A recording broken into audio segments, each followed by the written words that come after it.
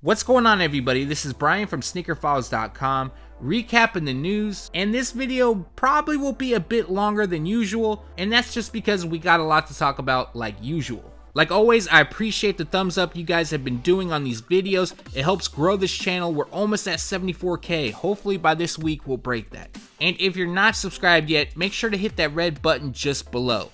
Now in this video we have some on-feet images of the Air Jordan 12 Bordeaux, the future of Jordan brand, which I've already recapped last week, but we're going to go over it once again.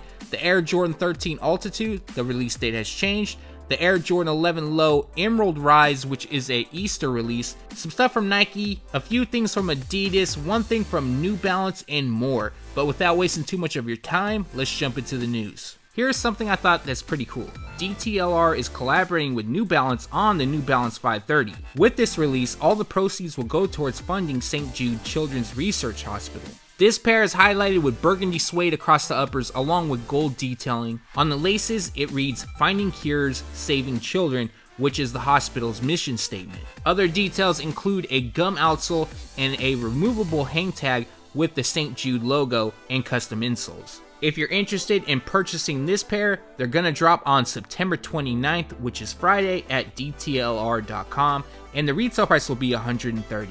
The Adidas Ultra Boost 4.0 will first release during December of 2017, and then we'll see a bunch more colorways drop during 2018. Here we have a look at the multicolor pair. Even though they're being called multicolor, this shoe only features blue and red through the prime knit upper. In addition, we have blue on the three stripes cage, the laces, the liner, and the heel counter. Finishing this pair off, we have white on the Boost midsole, and it looks like black on the outsole. It isn't known if this pair will drop during 2017 or 2018, but more information should be coming soon. During October, Adidas will release another Japan pack. This time it'll feature two color options of the Adidas NMD R2. As you can see, one pair features shock pink, the other one is done in core black. Both will feature white across the Boost midsole, and it appears that it's like a gum kind of translucent outsole. Now on the sides, you'll also see Japanese text, which translates to the brand with the three stripes. There isn't a set release date for both of these, but they're expected to drop during October, and the retail price will be $170.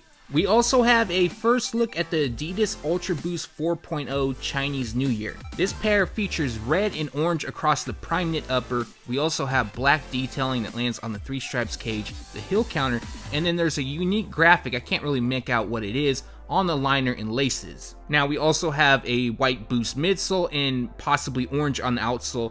Now on the tongue, we have Chinese text along with teeth that translates to Mastiff, and that represents 2018 being the year of the dog. No release date for this shoe, but they are expected to drop during January of 2018. We got a lot to talk about with Nike. First up, we have a release date for the Nike React Hyperdunk 2017 Flyknit Cool Gray. The shoes feature cool gray along with a little bit of white across the Flyknit upper, white across the midsole, black on the Nike swoosh, and black once again on the outsole. Dropping October 1st, the retail price will be $160.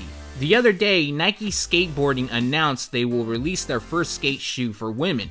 The model used is the Nike SB Bruin High. This pair was designed by female Nike SB athletes, and according to Nike, this is what they had to say. With a new sculpted fit, a shallower forefoot, and a more tapered heel than the typical men's skate last, the shoe hugs the foot and prevents unwanted distracting movement.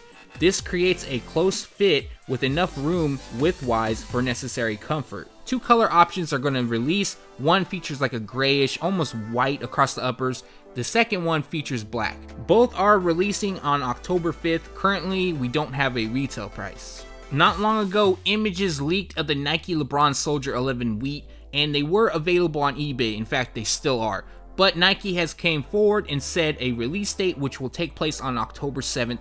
The retail price will be $140. As you can see, this shoe features wheat throughout and a little bit of gold which lands on the Nike swoosh. Nike also unveiled the Nike LeBron Soldier 11 Steel. Now, inspiration behind this shoe pays tribute to LeBron's strength of steel. Now, I think that's kind of corny, but either way, I'm a fan of LeBron, and this Soldier 11 isn't that bad. They feature black mesh, and then we have blue detailing throughout. It almost looks like a very faint light blue runs across the midsole and outsole and hits a white. Dropping October 2nd, retail price will be $140.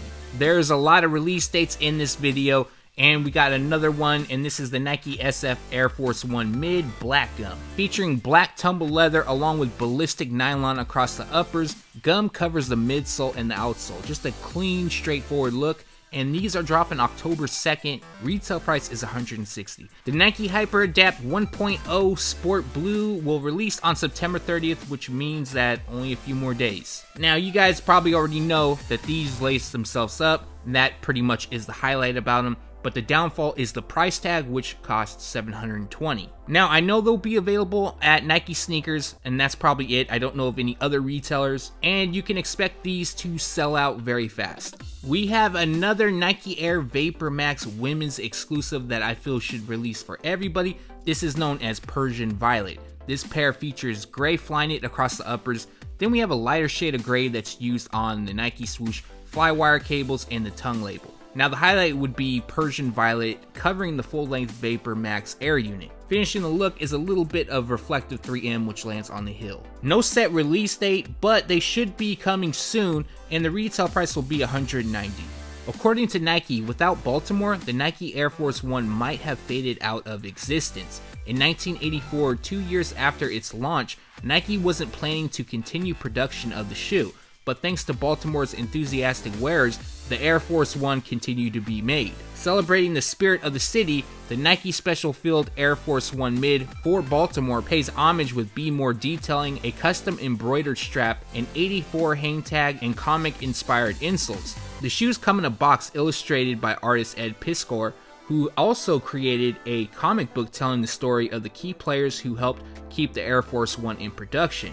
Nike has partnered with local retailer Downtown Locker Room and Baltimore community organization Jubilee Arts on a Baltimore youth arts program that launches in October. A mural by artist Ed Piskor will be featured on the former site of the historic store Cinderella Shoes, and commemorative plaque will appear at Downtown Locker Room alongside where Cinderella Shoes and Charlie Rudo Sports formerly existed. The Nike SF Air Force 1 Mid for Baltimore will release exclusively at Downtown Locker Room on September 30th. With the University Red Nike Air Max 1 anniversary releasing, some of you probably expected the Royalty release, and we do have confirmation they are restocking. Now, more than likely, there'll be some changes just like the University Red, but as you can see, they do come in the classic OG colorway. Dropping October 12th, and the retail price will be $140. Now, what I was told is that this was going to be an overseas exclusive, however, I don't have confirmation on that. I hope that information is wrong and they're available worldwide, but we should hear some more information soon. Roger Federer and Jordan Brand are collaborating again on the Nike Zoom Vapor RF AJ3. This pair is known as Clear Jade, and right off the bat, you're going to notice that they have a strong resemblance to that of the Atmos collaboration. Featuring black leather across the uppers, elephant print wraps the heel and the toe, and then we have accents of clear jade, white across the midsole, and black on the outsole. And of course, Nike Air branding on the heel. Currently, there isn't a set release date for the shoe, but they will drop during October. The retail price will be $200. You can also expect this pair to be a limited release. On to Jordan Brand, and they are releasing more color options of the Air Jordan 1 High Strap. This pair being called Midnight Navy because it features Midnight Navy throughout. As you can see, they feature an adjustable ankle strap, white on the midsole and the outsole, which in my opinion kills it for me. It's not the time for a white outsole, but no set release date. They should be releasing soon, in fact maybe the next week or less, and the retail price will be $140. During July, Jordan Brand released the Air Jordan 9 Baseball Pack, and soon they will release the Air Jordan 9 Baseball Cleats Pack, and they all feature the MCS cleats, which is plastic. 4 colorways will release, which includes blue and white, red and white, along with the classic cool gray color combination, and triple black. However, that pair features a white midsole. Completing the look, we have Respect on the left tongue, which is a nod to Derek Jeter. Now, we don't have a set release date for any of the colors shown, or even a retail price, but I assume they should be launching very soon, or at least we hear a release date. Quick stop at the Air Jordan 12 Bordeaux, and we have some on-feet images thanks to Kickstore. I've gone over these shoes a handful of times, so I would like your feedback. What are your thoughts on them? Do you like them? Do you dislike them? Let me know in the comments below. But for those that don't know, they drop on October 14th and the retail price will be $190. Also, I should have these in hand soon, which means a review will be coming shortly after. Alright, so yesterday, this article on Barron's.com was kind of circulating the net and was a lot of talk for even some YouTubers and just on pretty much all social platforms. Now, I'm going to read what it says, but I shared this information last week, and it's funny because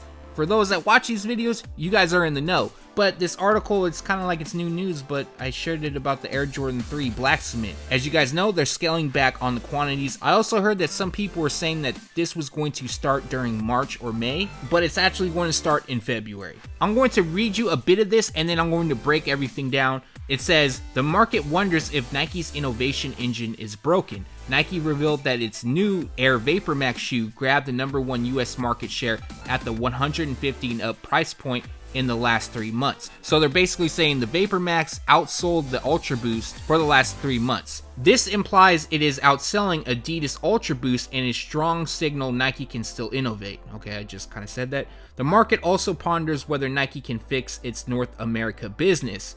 We now know Nike plans to 1. Re-implement its MAP pricing policy. So MAP pricing policy is basically price matching. I don't remember Nike ever doing that. If I'm wrong, please let me know. 2. Pull back from unhealthy distribution channels. Basically what that means is if shoes are just sitting constantly at a specific store more than others, because sometimes even though they're sitting, units still move, that they will no longer have a Jordan brand account. 3, and this is the biggest, recommit to maintaining the Jordan brand's image of scarcity. Now that means, obviously what I already said, that Jordans are going to be limited. I'm sure there'll be some here and there that'll be GR, but it won't be like it is now. 4th, which I feel is not really important, continue adapting to the lifestyle fashion trend in an authentic way. Now when I say it's not important, I just mean for this segment. I mean, yeah, that's important for their business. Now, my take on this is that it was coming. I mean, look, Jordans are sitting at stores. That's not a good look for the brand, although that's great for us because they tend to go on sale and then we can get them at better prices. But for longevity of the brand, that's not a good look. All in all, it looks like Jordan brand is taking us back a few years and we're going to endure the same stuff where shoes are harder to obtain, resellers, bots, the whole raffle system. I know raffles are still used in some areas, but not as much as it once was. Now, just on a side note, with all that being said, let me know your thoughts. Recently, Jordan Brand unveiled the Air Jordan 13 Altitude, and they were expected to release on Black Friday. But that has changed. That's not going to happen. The release date has been pushed back and they will now drop on December 21st. I think that's actually a smart move just because we have like 3 wheat pairs releasing during that time frame. The Air Jordan 1, the Air Jordan 6, and the Air Jordan 13. And I'm sure we have a few others that will also drop. If you missed out on the previous videos, just to give you a recap, this pair will be just like the 2005 release and feature leather, not like the 2010 that has mesh. And the retail price will be $190. Definitely going to get a pair this time around. Last up, Jordan Brand will release the Air Jordan 11 Low Emerald, also known as Emerald Rise, during April of 2018. Now, the image on the screen is a Photoshop, and it's a collaboration between myself and Jay Zardead. If you're not following him on Instagram, there will be a link in the description below so you can do that. Now, I was told by a good friend who was at this recent Jordan Brand meeting, this shoe will feature Emerald Rise across the patent leather, and that will have an iridescent finish. If you're wondering what's going on there, it's not because it's distorted. Following, we'll have white on the uppers, across the midsole, a little bit of black that lands on the liner. This release is inspired by Easter, so it'll release around that time frame. Retail price will be $175. And that recaps the news. Like always, we post it first on sneakerfiles.com, and then we take it to YouTube.